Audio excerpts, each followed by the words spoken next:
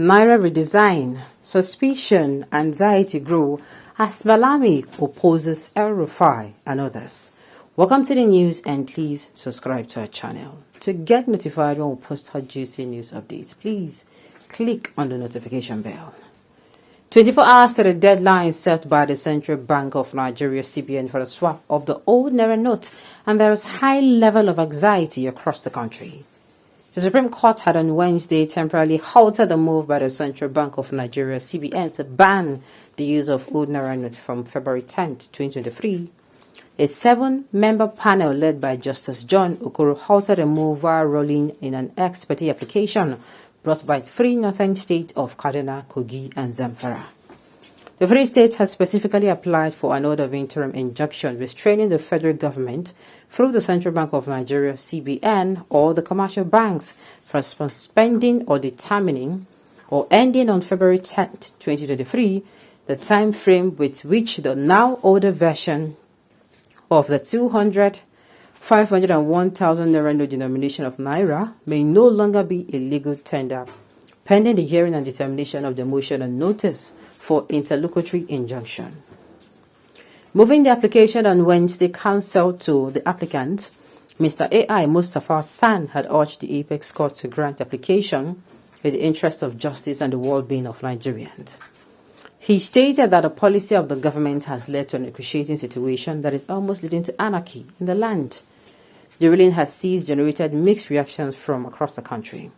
While some citizens, including the camp of the All Progressive Congress presidential candidate Bola Tinubu, are hailing the ruling, others have asked President Muhammadu Buhari to override it with an executive order. Few hours after the ruling, the governor of the Central Bank of Nigeria, Godwin Emefiele, met with President Muhammadu Buhari at the Aso Rock Villa. Attorney General of the Federation and Minister of Justice, Mr. Abubakar Malami San, has already filed processes challenging the jurisdiction of the Supreme Court to suspend the scheduled deadline. Malami, in a preliminary objection he filed on behalf of the federal government, applied for an order striking out the suit that three northern states filed to halt the full implementation of the new monetary policy that was introduced by the Central Bank of Nigeria (CBN). He is the sole defendant in the suit marked SC CV 162-2023, where he applied for its outright dismissal on the basis that the three states lack the local standing. Listing his ground for challenging the power of the Supreme Court to intervene in the matter, Malami accused the three states of opposing federal government's power through its agency, the CBN, to withdraw old notes and introduce new ones. Nigerians are actually anxiously waiting the next step of the Central Bank of Nigeria, especially with the deadline ending on Friday, February 10th, just as President Buhari had earlier asked for 1 week to take a major decision on the matter one way or the other. Speaking to Daily Post on Wednesday, the head of the People Democratic Party (PDP) digital media, Barrister Tony Ehilebo, claimed of a certain intelligence that the ruling party, the All Progressive Congress (APC), is planning to swap 21 billion naira it had set out for vote buying. He, however, said the efforts of Governor Nasir Rufai of Kaduna State and his cohorts to stop the Central Bank of Nigeria's policy will fail because the state lacks such powers. He alleged that the intelligence reaching us is that the All Progressive Congress, especially in states that they control, are using the instrumentality of the state's government on trying to swap 21 billion naira. We do not know if this has gone through or it has happened, but you have raised all necessary alarms. We do not know if this has gone through. Okay, these are the questions we should be asking. We expect that the NFIU, which has direct access to any suspicious cash transaction, should be on top of its job. I am one of the advocates, one of the drafters of the creation of a Nigerian Financial Intelligence Unit Bill, and I expect to live up to expectation, which is why I do not have any problem with the Central Bank of Nigeria's policy.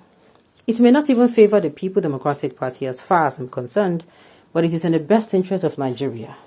We really like whoever Nigerians want, which I believe is the PDP at this point in time. Speaking further on the recent Supreme Court injunction, he added, "It is a normal procedure of a court when you run to the court with a cry that lives have been affected. It is the court's duty to first intervene and then bring all parties to the table and provide opportunity for response. That is why injunctions only have a lifespan of 7 days at most. However, I suspect that these will be reversed. If you notice, it was given on the 7th and it expires on the 15th, and this is when the hearing proper is. If I were the Central Bank of Nigeria, on the 15th, I'll carry on with that policy. Of course, the Central Bank of Nigeria is legitimately carrying out its function, and I don't think the state will have any say whatsoever to impede on functions that are constitutionally guaranteed by the Banks and Other Financial Institution Acts. The Central Bank of Nigeria is guaranteed to be independent of the judiciary and free from the encumbrance of people like RFI and its cohorts. But reacting to the allegations of planning to buy votes and rig the forthcoming election, Comrade Oku Ogenyi, convener, concerned All Progressive Congress members and member of the All Progressive Congress Presidential Campaign Council and Civil Society Directorate, wondered why the All Progressive Congress, whose government introduced the BVAs and signed the Electoral Act 2022 into law, should be the one accused of planning to rig the elections. Speaking to Daily Post, he said, "Yes, some members of my party are in court to challenge the policy of the Central Bank of Nigeria, and some of the reasons they gave were very clear. RFI made it clear that in the entire Borno state, it is only two local governments that banks operate in. The same in Yobe State. He said that he was campaigning against the effect of policy on the people. He even said the policy has nothing to do with the CBN, but Mr. President, who changed currency even in his first tenure as military head of state. That the timing is wrong. In my personal opinion, I want to tell you that Governor Rufai is in court to seek redress in his capacity as governor of Kaduna State. He is speaking for the people of Kaduna State and not for the entire All Progressive Congress.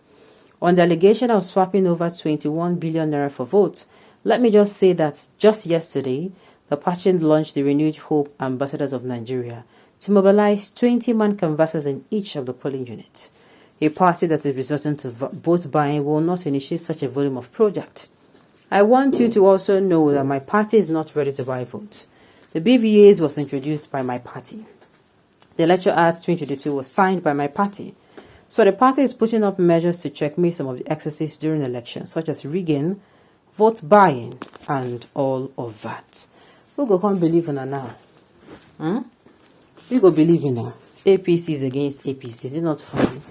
It is funny. Well, this is not a new thing, Sha. We have seen where PDP has been against PDP in the past. And now it is APC against APC. Of course, a kingdom that is divided will not be able to stand alone. Nigerians, make una take note and make una vote accordingly. Okay, on this note, we have come to the end of the news. We say thank you for tuning in to listen. Until I come your way next time, enjoy the rest of your day.